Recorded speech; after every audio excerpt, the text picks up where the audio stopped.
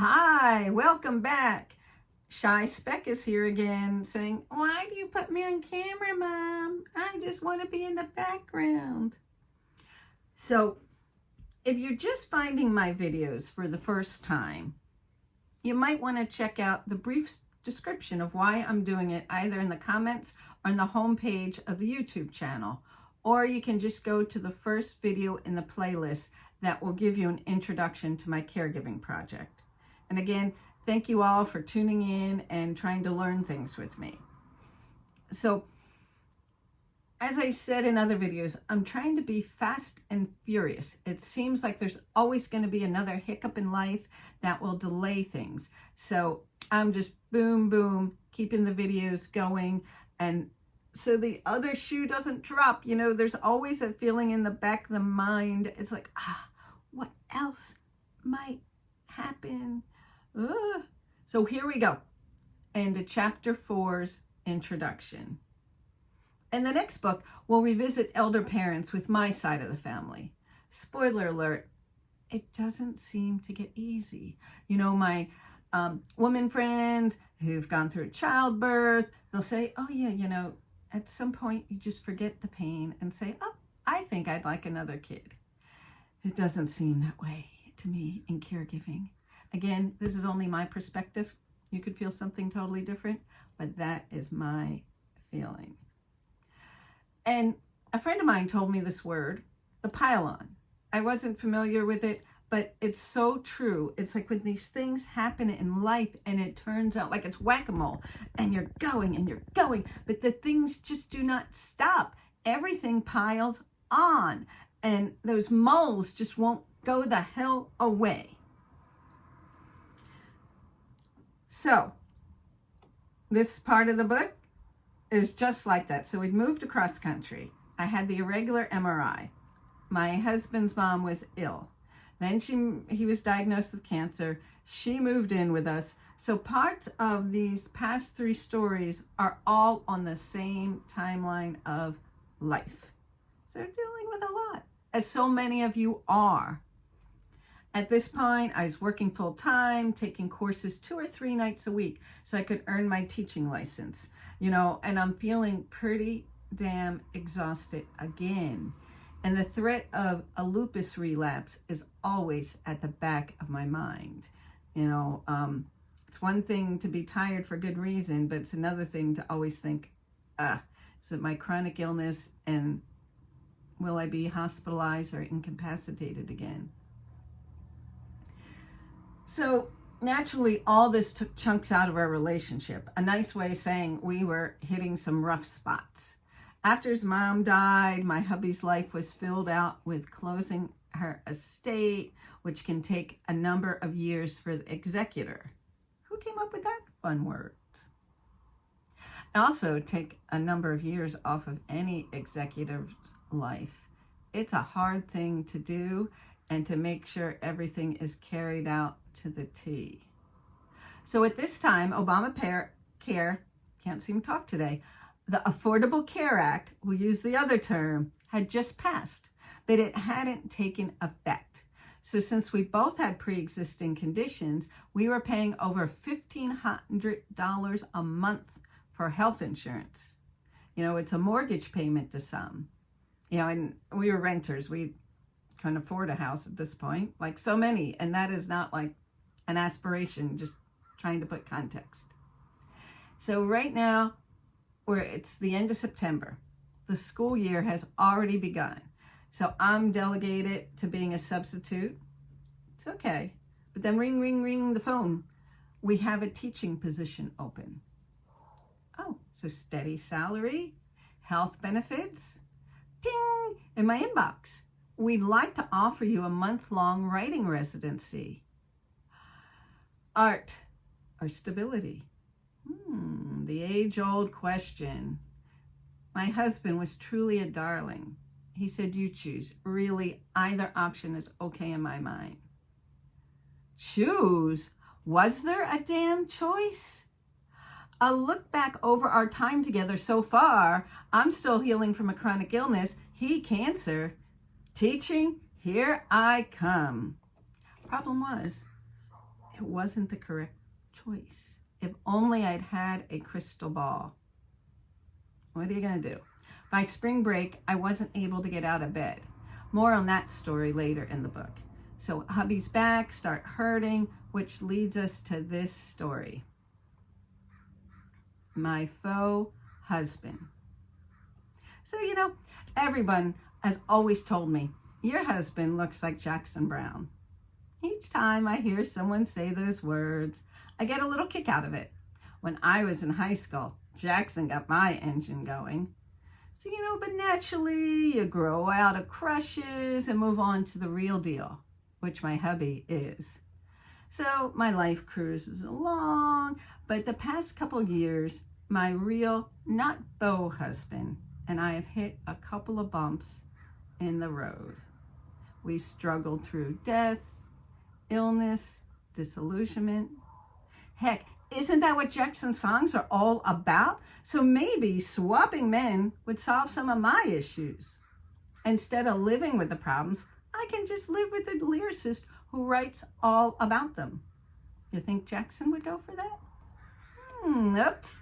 I think I'm putting the question to the wrong guy first. Do you think my hubby would go for that? Forget asking the guys. Let me please just enjoy my ride. Suddenly, it's so hard to find the sound of the words to speak her troubled mind. So I'm offering these to her as if to be kind. The word faux has kind of fallen out of fashion, but it seems to fit my feeling perfectly. So let me refresh your memory. Faux, it's not like the wallpaper stuff. Well, it kind of is. It's something that's looks like the real thing, but it is an imitation. So both men are about the same age, which is a good deal older than me. They're a little grayer than their yesteryears, but they wear well. Their appearances remind me of my fleeting youth. My youth, shit. If they are looking a bit aged, it means I'm no longer. All three of us are approaching the barricades of heaven. Which one of these men is right for me now? The songwriter-singer or the painter-photographer? Damn, the faux one wins on that. I love a good chorus over a Kodachrome. Speaking of photos, looking at the cover for the single, A Shape of a Heart, I can't tell, who is who. Both men have the same hair, both in cut and color. Slender builds, identical eye shade too. In this time of their lives, no long locks, but more of a Dutch boy cut, endearing, innocent appearance. It's a little trompe-l'oeil in action. I don't know if I said that French word correctly, but it's the technique to deceive the viewer into making something look real. Are they doppelgangers? So let's shift gears, break into my fantasy land. First, I want to know who my husband would choose to swap with, because if I'm getting a hall pass, he needs one. It's only fair play. But I don't know. She can be cute, but not too cute. But hey, let's not focus on that. Back to my daydream. So we're going to back up a bit in all this analogy about cars, ailments, mechanical stuff. So my husband is wonderful. He is like the beautiful blue 1967 Mustang convertible. It's going to need some restoration. If you look at the Carfax, there's a history of something eating away at the body, not unlike rust. So after some treatment, the mechanics didn't anticipate my husband's rust reappearing, even though we live in a rainy climate. Recently, he is having problems with, weren't sure if it was the engine, transmission, maybe his drivetrain. What is the right term? He wasn't running on empty, but maybe only a quarter of tank. Constant back pain was the difficulty, so we made the appointment to take him to the shop. At the garage, after the diagnostics, we're all looking at his MRI. So this is why he's having the trouble walking and using his arm. The image showed a large tumor in his spinal canal, probably attached to his cord. Has the rust returned again? The soundtrack in my mind was, take it easy, take it easy. So his doctor says, I'm going to clear my schedule. Surgery's going to happen next week. There's always a chance of paralysis, but he still should be able to push the shutter on his camera after I'm through with him. Ha ha. I didn't appreciate the joke. So hubby and I, no thank you. So I'm running out of the doctor's office ahead of him. Fountain of sorrow, fountain of light. You've known that hollow sound of your own steps in flight. Damn, wouldn't it just be great to slam on the brakes, get out, and choose a different vehicle? As a substitute teacher myself, aren't I entitled to a substitute husband? I don't have issues with my whole existence. It's just this car crisis at the moment. I enjoy teaching kids, even if I'm a mere stand-in. Working with the younger generation is my way of giving back to society on a local level. Just think of how I could change things globally after I'd walk into Jackson's life. He sponsors music in schools, and I'm an educator. We'd both be changing children's lives, ideally making the world a better place. He might even like me. Every single aspect doesn't need to be a fantasy. I can just picture it now. Instead of Brangelina, we'd be Jacqueline. Okay, we got to shift out of neutral dreamland. The wheels are rolling again. So the natural remedies relieve the pain for quite a while. My honey seemed viable for a couple months. But now the Mustang's slowing down. The rattling has returned. He's in need of some TLC. There is a particularly scary episode when he didn't have a detectable pulse. An emergency tow truck had to be called. After much indecision, we finally chose an expert neurosurgeon out of town. We weren't living in the big city anymore and needed someone who could do the surgery in their sleep. Speaking of sleep, can I have some anesthesia too? I want to focus on the foe to forget our foes. Or at least a little Xanax, come on, something please. So faux can mean imitation. Kind of looks like the real thing, but it isn't. It's close enough. Please give me the rental contract on the classic Woody. Station wagon, that is. The surfmobile. I'm so ready to take the singer on a spin. Even though most times you don't quite want the real deal. It's too expensive. You're afraid of getting it damaged. It might tarnish, chip, flake off. Besides, the authentic might not live up to all the expectations. It could be a big disappointment. But isn't this the reality of day-to-day living? We attempted this. With their hearts, they turned to each other's hearts for refuge. Tried to avoid this. And in the end, they traded their tired wings for the resignation that life brings. It seemed like our whole life was just sideswiped. Fumes were leaking, liquids were seeping all over the place, setting up a dangerous situation for blow-ups and breakdowns. Tracing our steps from the beginning until they vanished into air, trying to understand how our lives had led us there. the I do's of how many years evolving into the I don't. I don't want to be chained to this responsibility. I don't want to witness his pain. I don't want to be a jerk, but I can't just fucking stop it. It upsets me, and I want to control it, and I can't. I could see the surprise and the hurt in your eyes. I don't want the real thing to be failing, almost ready for the junkyard, and me constantly feeling my problem is you. But I just don't see a way forward.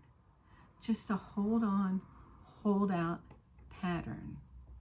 I'm trying to hold on for my hubby, but damn, I'm failing miserably.